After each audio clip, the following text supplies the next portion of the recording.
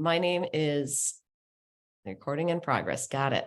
My name is Sue Thotz, and I am actually, I'm just going to go right to the next slide. I'm the director of outreach for Common Sense Education, and I'm based in Los Angeles, but today I'm coming to you from San Francisco. Leticia? Yeah, good morning. Sorry, we're like trying to do some last minute things. So good morning. I am Leticia Citizen, and I am now an education coach. I just, this is my second week in my new position. As an education coach, I'm a consultant with Samsung, but prior to that, I was an instructional technology coach for 5 years at a TK5 school here in Southern California. And then prior to that, I was in the classroom. So I've been an educator for a total of 23 years. Wow. And I've also been a Common Sense ambassador since its inception, I believe, right? Like, yes, absolutely. Absolutely. Yes. Yeah. We're so happy you joined us this morning to talk about some of our favorite things. And so Leticia and I know each other well because not only is she a Common Sense ambassador, but we are part of an organization. It's a group of teachers that work together called Equity in Action California. And so we formed this group in about 2019, and we have been working together since then weekly to do all kinds of stuff. Mostly we have been working to try to get more presenters of color into a lot of our ed tech conference spaces. And so we try to also, look at these learning spaces and try to bring about a more welcoming space for belonging and inclusion. And we also try to build a community of educators of color to attend these spaces, to share, and mostly to present. So we have been doing a lot of work trying to bring in new presenters, build them up, and help them to get ready and be confident about sharing all the goodness that they've got.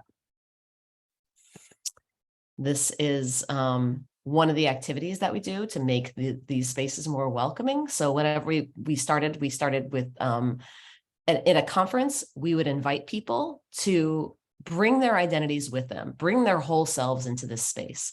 And so as a group, we would set up a table and we would ask folks to put on a Post-it note, what identities are you bringing into this space with you today? And so you can see one of them is one of those big ones there is Leticia's, and one of those is mine. And so this is one of the things that we did at conferences, and we still do.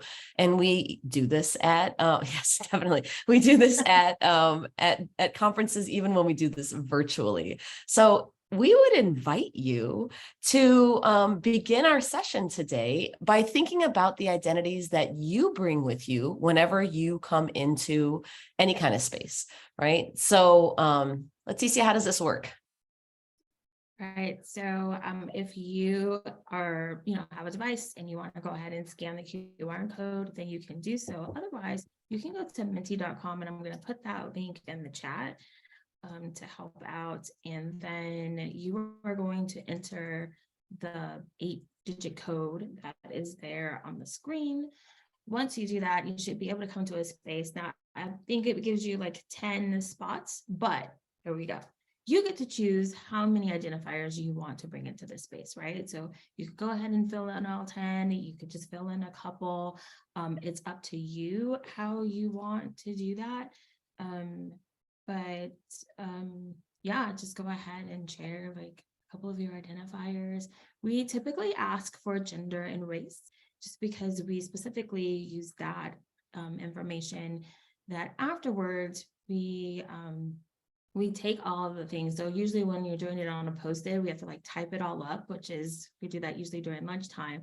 But it does help when we get to do it virtually, because then with Menti, it actually populates the word cloud. The word cloud. And what we do afterwards is we present that to the audience at the end of the conference. And then we have questions about like, what do you notice? What do you wonder? And then we use all of that information to then work with conference organizers to help them become very intentional about who they are and how they are going about like making sure that spaces are diverse, that Tanya, sorry, it's also what I know. And so making sure that spaces are diverse, what ways are they doing that? How are they being intentional? And also just not looking at those who are in attendance, but also those who are presenting. So it's a great way out of it now. But we've been together as a group, Sue, since 18, 2019 or 19. something like that. Yeah. And we've like grown some really good partnerships here across California that we've been working with them going on now 3 and 4 years. So that's been pretty exciting. To see the adjustments that they're constantly making, how they are being intentional. And then once you get the other part of that, or another part of that is like, once you get teachers there showing up, presenting, sharing their voices, is now how do you keep them here, right? Like, what are you going to continue to do? How are you making sure that folks are being seen, that they're valued, that they feel like they belong? What things are we doing? Anything I missed on that? I love seeing how it's populating right now. Me too. So by all means, thank you so much for sharing the identities that all of you are bringing into this space. I think, something like Leticia and I are kind of racially ambiguous. And sometimes I think like, people like when you see other people on the Post-it note, they put something up, or you see a Post-it note, or you see something in this group of words here, and you say, oh my gosh, there's another person who identifies as disabled in here, or oh, there's another person who identifies as military, and like your interest gets piqued, right? We are always so curious about each other and about the ways that we identify and the things that we bring into this space. And sometimes our identities are not obvious, right? Sometimes they're ones that are kind of, not the ones that you see firsthand. They're not ostensible. So I love, being able to like, just be curious about each other and just being able to share what we're bringing into these spaces. So thank you so much. So I wanted to let you know, Stacy put in there that she wants to add more words, and she went on ahead and added 2 more in the chat.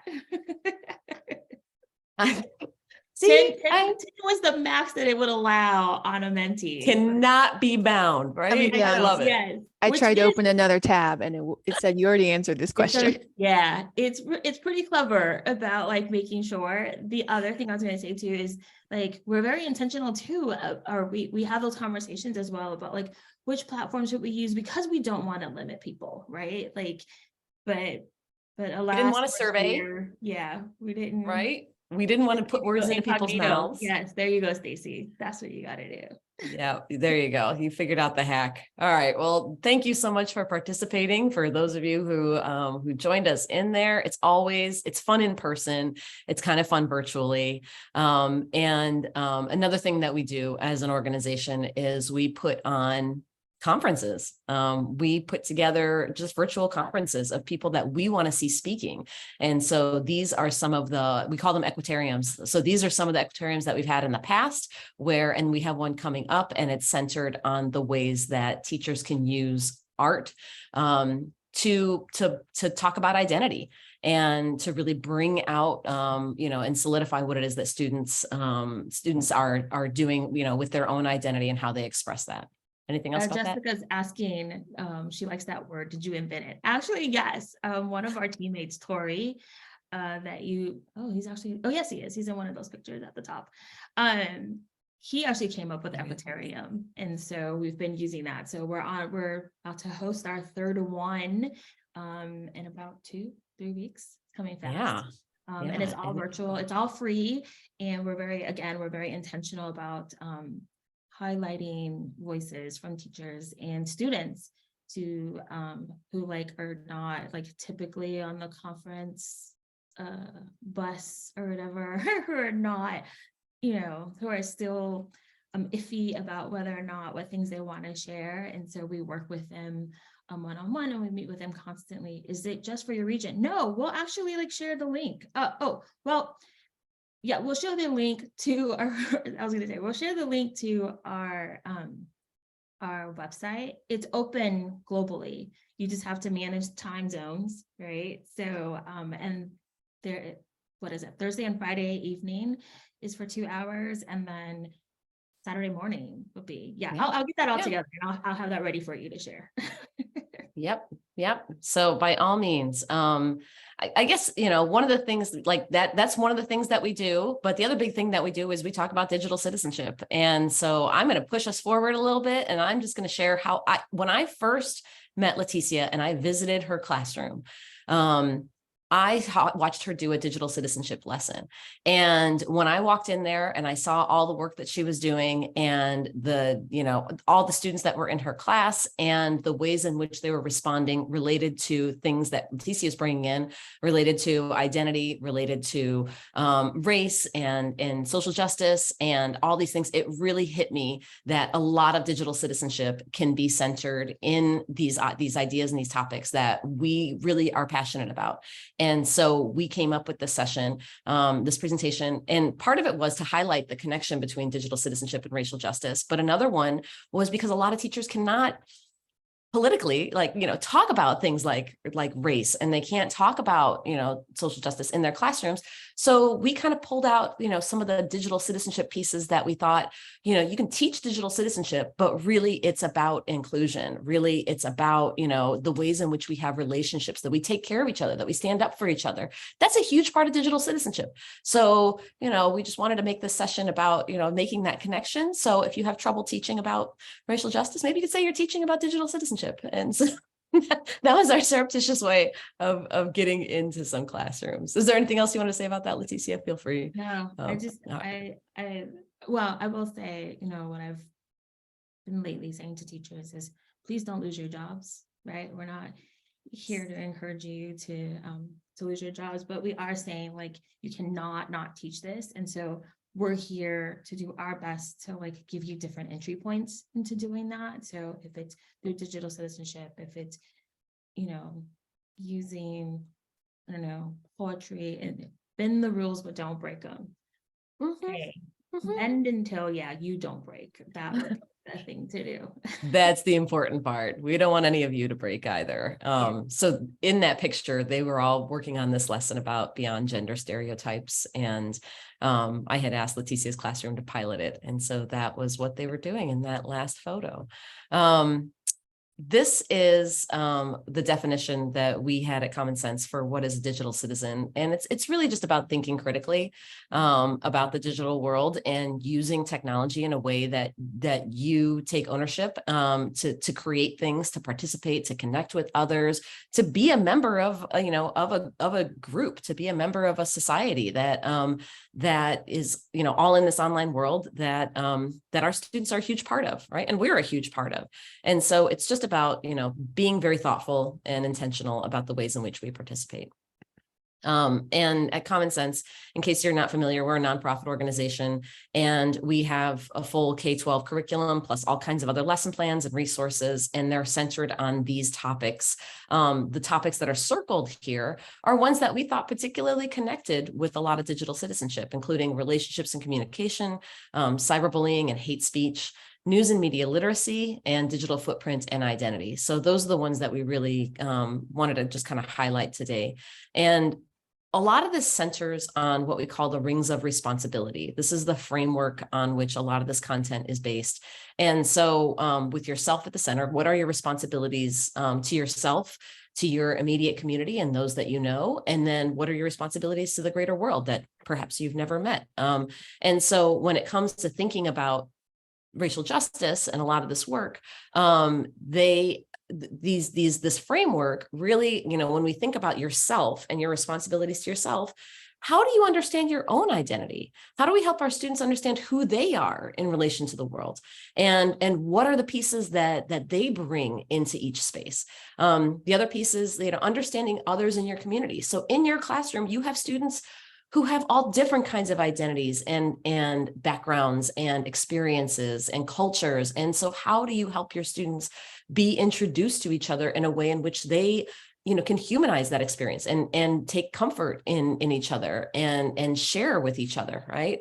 And then the third part is once you build some of these connections in your classroom and maybe in your school or in your region, with those that how do you use that base to be able to take action and to be able to go out into the greater world, obviously. So I'm thinking about this, like, when they're younger and then progressing into, into older spaces. So, so how do they use that to take action and do the things that they want to see in the world? So those are some of the session or some of the pieces that we're going to try to bring in today. So I wanted to point out that Stacy said she feels like for herself that she finds self to be the hardest. Yeah, I think you continue to do self. Notice that self is still in there all the way when we're going out into bias and prejudice you see in the world, right? Like it's still a part of the whole entire spectrum all the way across. I think we are continually trying to find self, right? Absolutely. So when it comes to that self and exploring individual identities, we're going to try practice today, and we're going to see, let's try something. So we all shared our identities in that first mentee.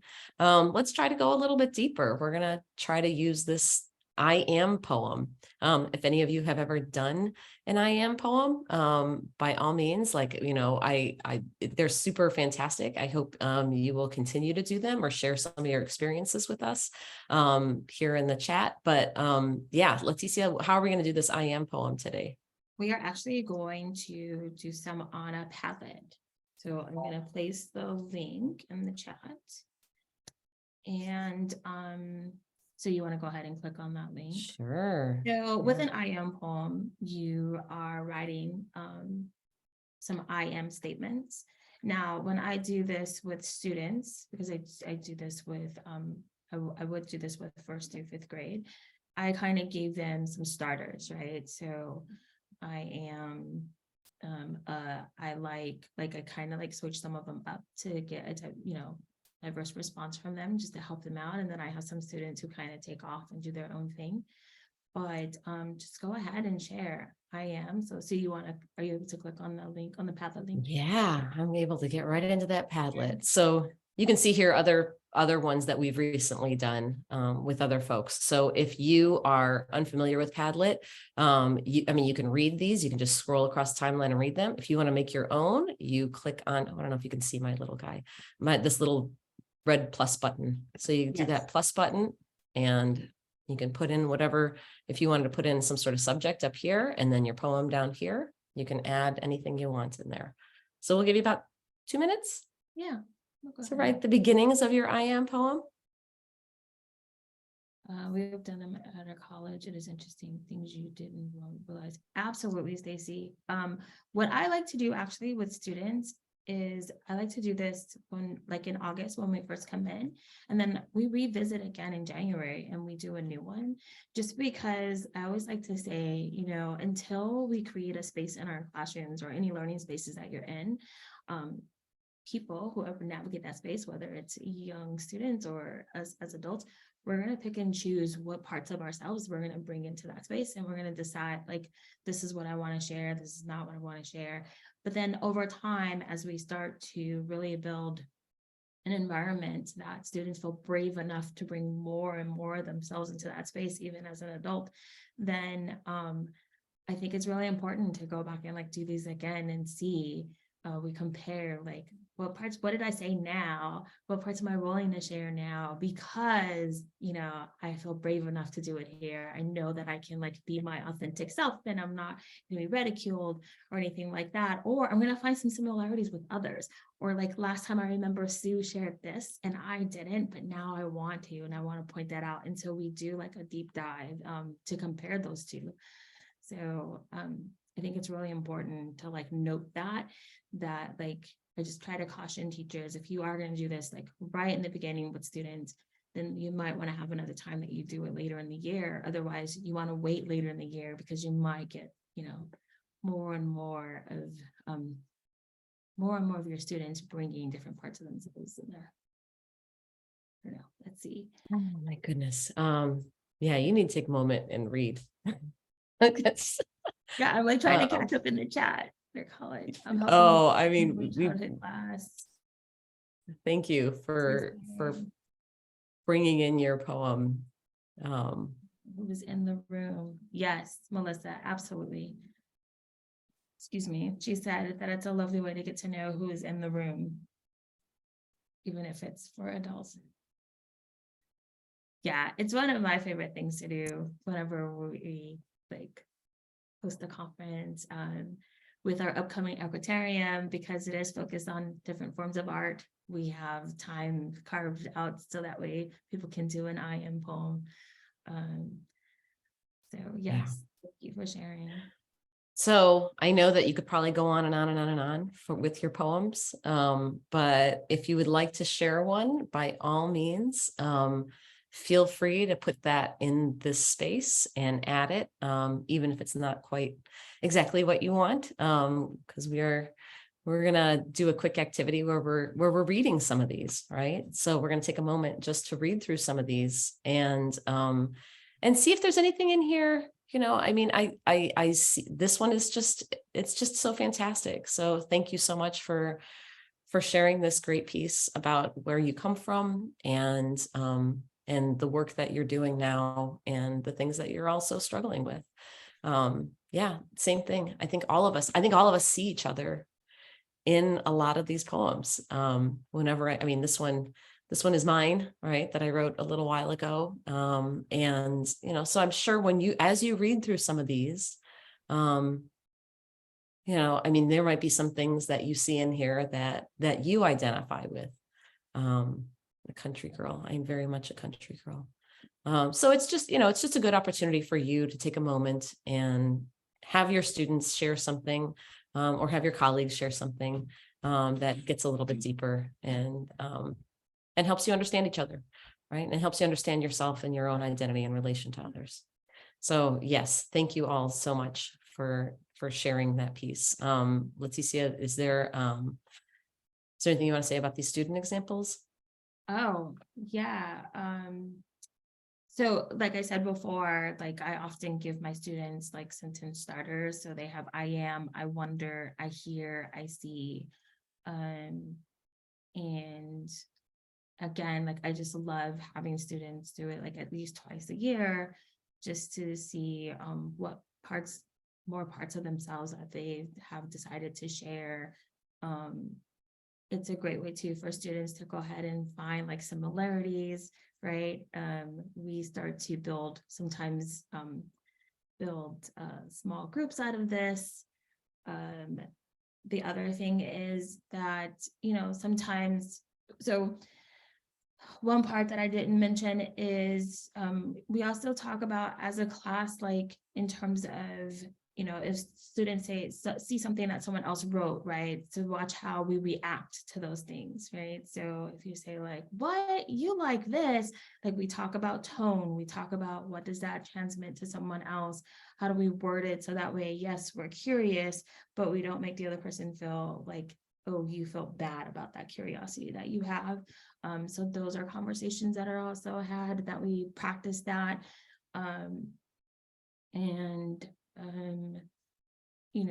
Like it says on there, how do we create trust out of that? What are some things that we're going to build out of this? So I don't know, just so much.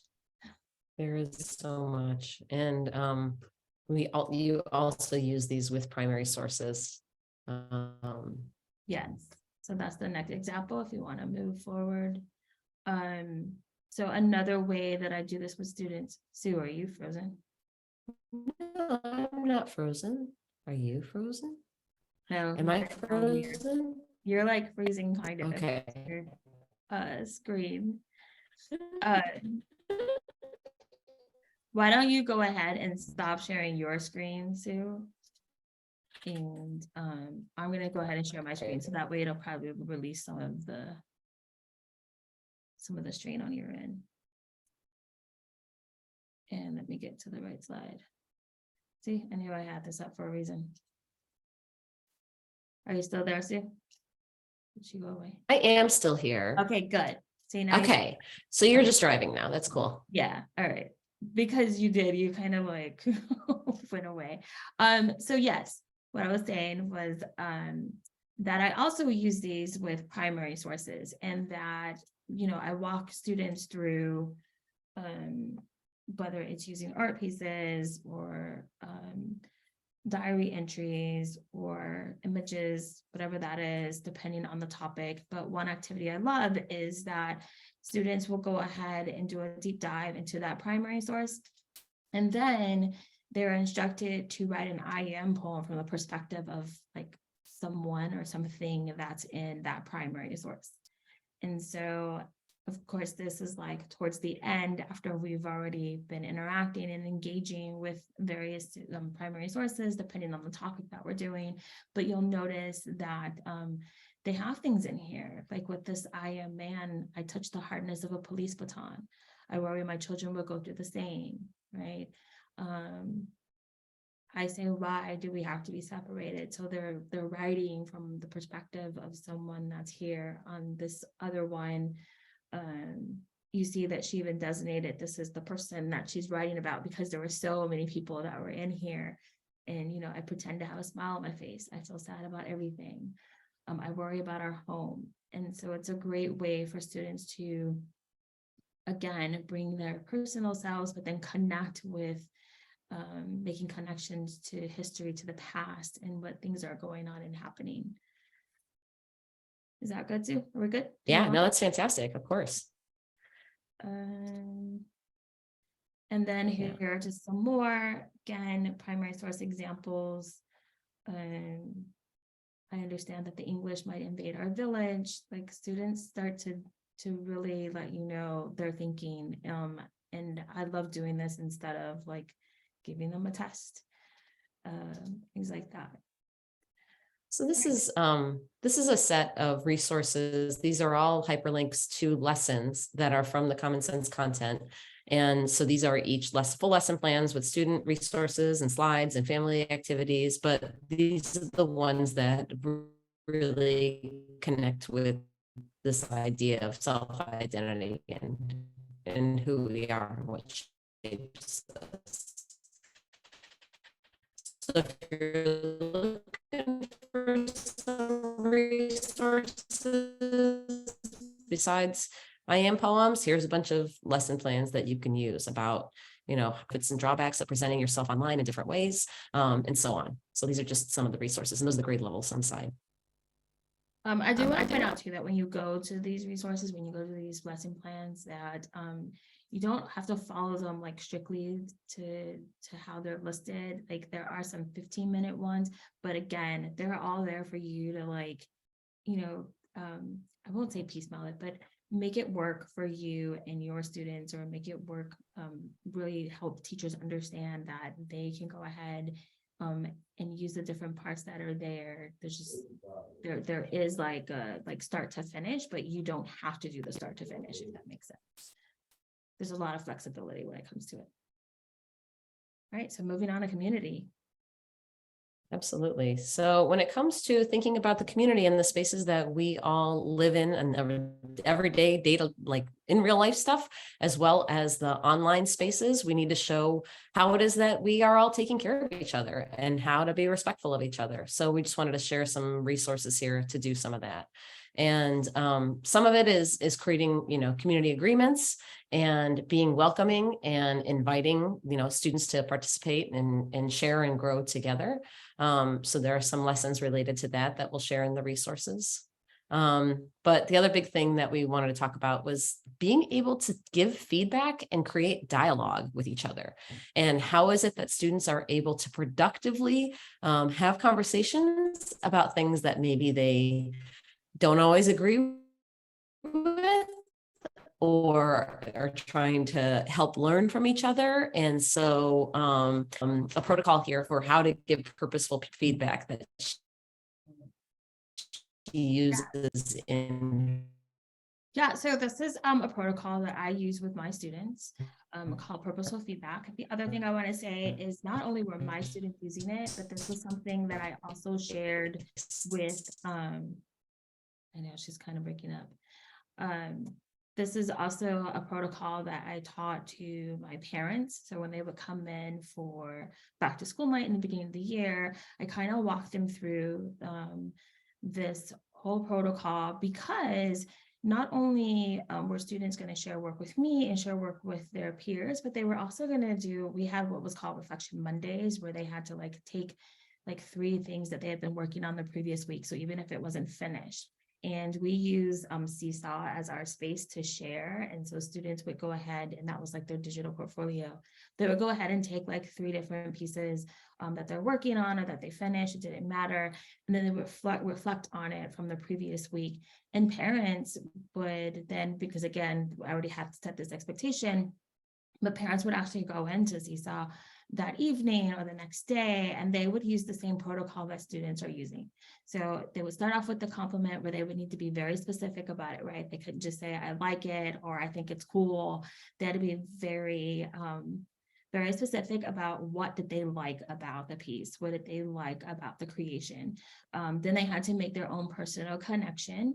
And then lastly, they're going to ask a question. And I had to be very specific with students again about saying, like, you're not going to ask a question that you can already see the answer there, right? So they colored the sky blue. You're not going to say, did you color the sky blue? Or what color is the sky, right? The whole point was then what questions are coming up that then you can ask the other person, and then students are going to have time to respond back, again creating this dialogue. And so the other part of this was so that way I wasn't always the one who was giving them feedback, right? I wasn't always the one who was grading it, and it was to help my students understand that whenever it was time for them to create and share their knowledge, they weren't doing so for me, that they were doing it for a wider audience in mind, and that included their parents. We also did a lot of mystery Skyping, so we were connecting with classrooms across the United States. I also shared this with teachers, so that way now those classrooms that we were making connections with, that students, now they had a wider audience. And so those students are also going to look at their products and then give them feedback as well. Do you have a privacy contract with students? But yes, Mike, we did. And this was something that again, I set up for a back to school night. Not only did the school have one, but I also had one. Common Sense has some on their website that I would use, and parents would go ahead, and even as a class, we talked about that. And I think in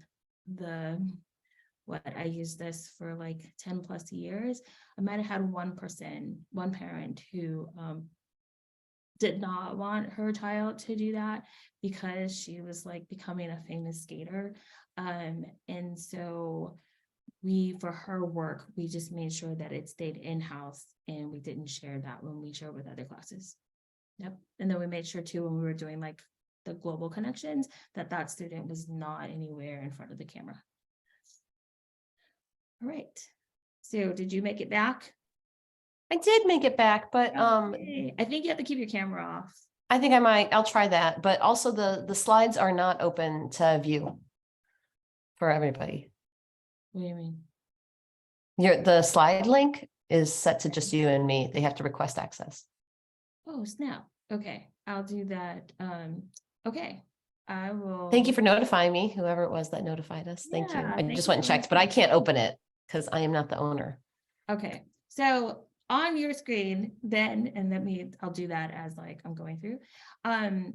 But here's an example of students having, doing that purposeful feedback, right? So Ava was shouting out and saying, good job, great job, Sabrina, right? Your annotations were so thoughtful. I especially liked when you explain why you thought the artist used markers. Lastly, what do you mean when you say the artist is represented because all the signs are identical? Haley is also, and then Sabrina's going to have time to go back, and she's like, hi Eva, thank you, I meant that the artist is representing. So they're going to answer each other's questions. Now I will say they don't start off like this, right? I'll go back. I wanted to go fix that slide for y'all, but I want to say it didn't start off this way, right? It takes time, it takes practice, and I really start these protocols right when school started, and you start to see the improvement over time, because all of a sudden I'm asking students to give each other feedback, and that was new for them, and it required a different kind of thinking. It required a different kind of investment, and once students started to understand that, like, hey, I'm not just doing it because Mrs. Citizen said, that I'm actually doing it because others are going to see this, really changed how they approach their creations, as well as changed how they were going to give each other feedback. I think, oh, sorry, go ahead. No, go ahead. I want to fix this while you're talking. Yes, please. So I think what's important here is students need to be able to hear, some criticism from each other. They need to be able to make each other better. They need to be able to trust each other. They need to be able to have conversations about sometimes difficult things in a classroom. And if you're teaching them how to give each other open dialogue and be honest with each other in a caring way, that is, starting when they're in elementary school, that builds you up to be able to have civil conversations. And this lesson is specifically about the ways in which this is about a political disagreement and about this student who he was one of the Parkland shooting survivors, right? He was a student who was at Parkland High School, and he talked about an experience that he had with with Mark Rubio, with a senator, and he talked about like debating people who disagree with you and some of the things that he has learned in debating people. And so this is really about ways in which we can have civil conversations with each other.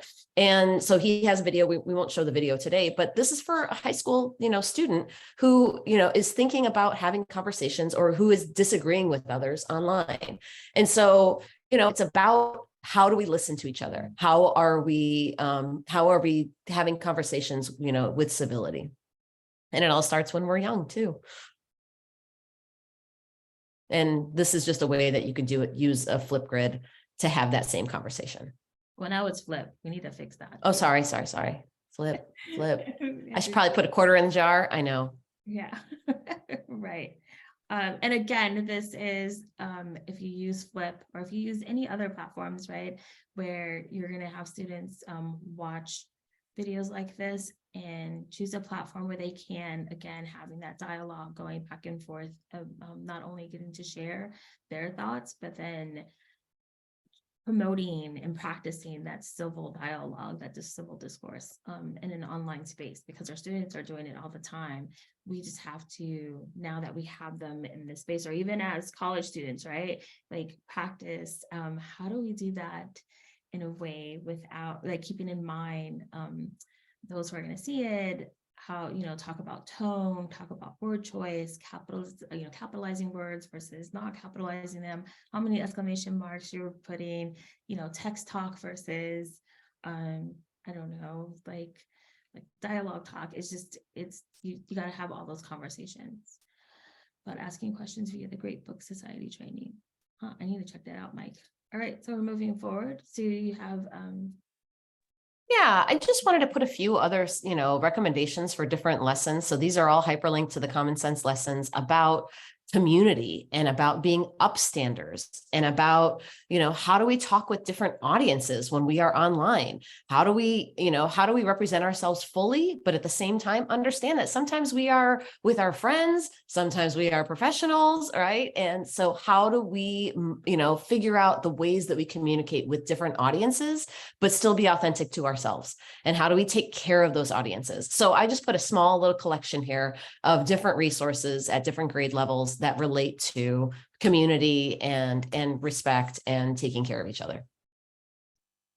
perfect. And we have about 6 minutes left here. Well, we have a little more till we're done till we ask some questions. Oh, okay. I was like, wait, what? All right. So now we're moving on to the world and how to confront problems of bias and prejudice in the world. About this, Sue? Yeah. So in the Common Sense content, we have some things that we call digital dilemmas, right? And they're dilemmas about situations that happen with students online. And so here is an example of one of them. These are just situations that we present our students with. And then we ask their students, what would you do? Right? How do you handle this? How do you think everybody in this situation feels? Or do you agree with this decision? So in this situation, is my sound okay and everything? Are we all good? Okay, cool. All right. So in this situation, we have Monica, who is actively involved in civic issues at her high school and in her town. And she's followed a number of activist accounts on Instagram and Twitter. And she was especially concerned about racial profiling. by police officers. And when a video of a violent interaction between a police officer and a young Black teenager surfaced on Twitter, Monica debated on whether or not she should share the video across her social media pages. She wanted to use all the tools she had to raise awareness and show that she is, concerned about this problem. But at the same time, she knows there's young audiences and people who do not need to see this, right? Especially her, when she was a camp counselor, she had a bunch of students who are, kids who are following her. And she watched it again, and there was no doubt that it was very scary, but she hit share and she waited for people to respond. And so, you ask your students, do you agree with this decision to share this violent video footage online? So we're going to ask you all. What was her, so hold on. How do you do this, Leticia? So we're going to use Menti again. I know, but this is weird. Strongly disagree. Oh, you did a poll here. Did I do it right? I don't know. We're going to find out, or you can just put it in the chat. Let's try. Let's see what happens. I don't know what you're going to do here. We're going to see what Leticia made. All right, here we go. Did I do this wrong? I thought I did it correctly. It's not the way that I would do it. Doesn't mean it's wrong. All right. Let's see. I'm gonna try to do it. Let me see. I'm gonna pull it up. All right. So you pull this up, and we can say whether or not we agree with her decision to make it. So you have to advance your slides. Okay, I advanced it, I think. Yes. Okay, wait a minute. That did not take me to the right. All right, we might have to do this a little bit different. No. That took me to the slides. It took you where? Did that take the QR code that I just saw? It's working. Look, people are Oh, voting. okay, cool. Sorry. I am the user with the error. It's not everybody else is smarter than me on this one. Awesome. I didn't, you know what? I think I should have what did I do? I didn't do the 5 scale, or maybe I did the 5 scale wrong. There should be one piece. So did you agree with Monica's decision? All right, so I'm going to do that. So Jessica said the QR is directing to the slides, but if you go to the Menti directly using the code, it works. All right, there we go.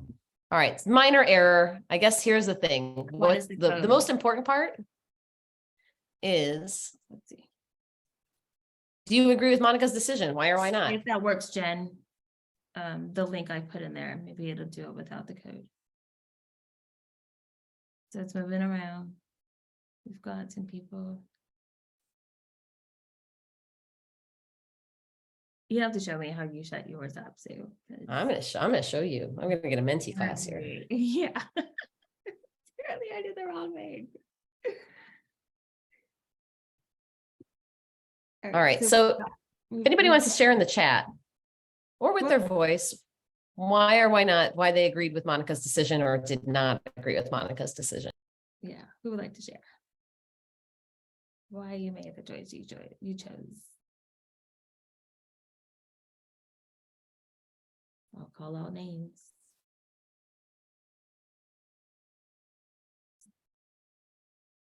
Tanya, you want to share? She laughs. I can only see you besides Jessica. Jessica's our moderator. I don't want to pick on the moderator.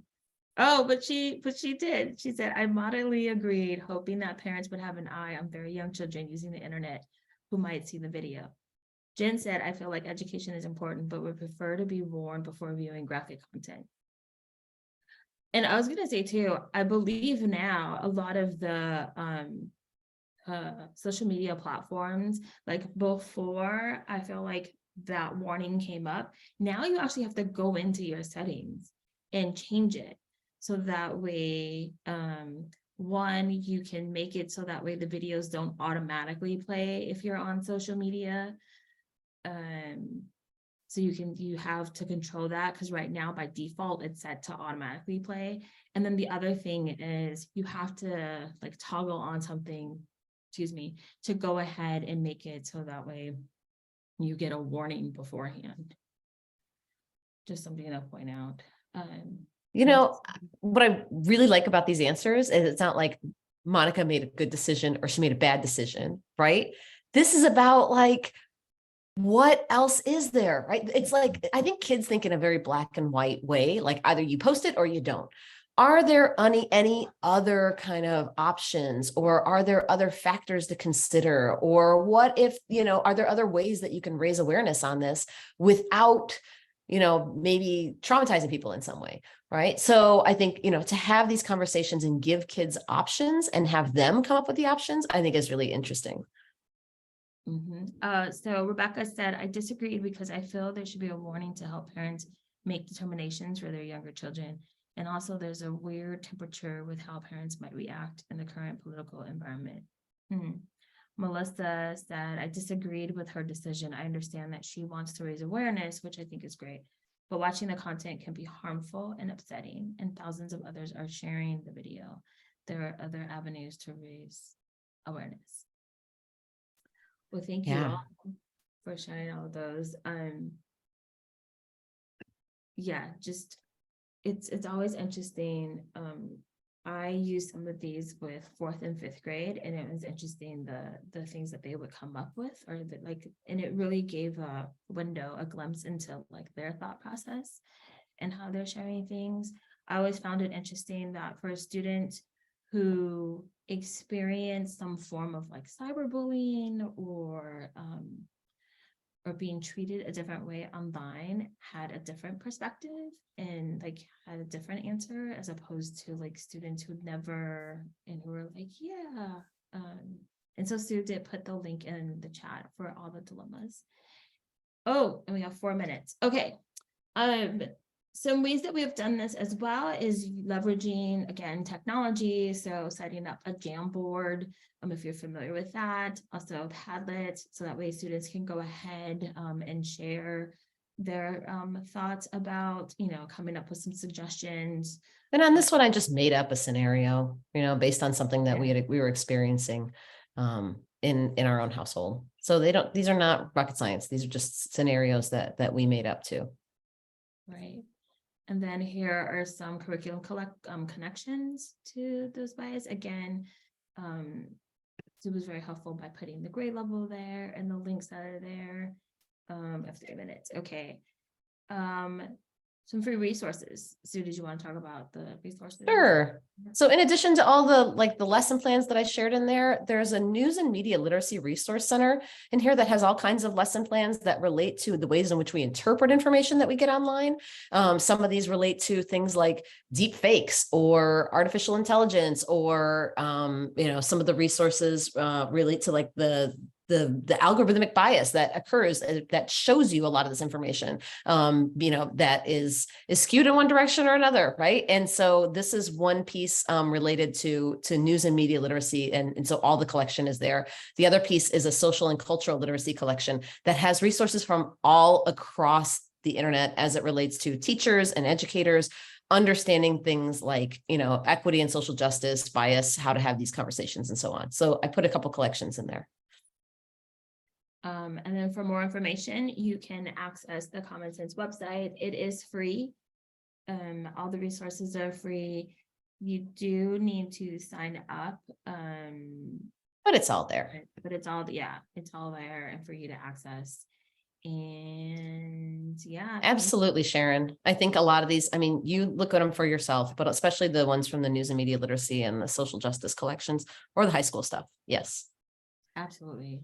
That's the other thing too. A lot of the dilemmas and a lot of the content and the questions that are there, like while they may be grade specific, especially like the high school ones and the middle school, you can use these with adults. Like part of what I did was parent education. I just use, even though there's some parent resources there as well. Oh, I use these. Off the leverage, I use the student ones as well. Like we're all learning, right? Like parents are, at least in my experience, parents are very transparent about what they know and what they don't know, and the fear that they have, like for their kids, or that they don't know to have that fear. And so using just the student ones are very helpful.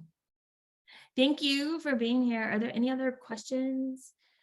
Have anything? You have our Twitter handles, and join us at any time. Thank you all. And later. Hi, Michelle.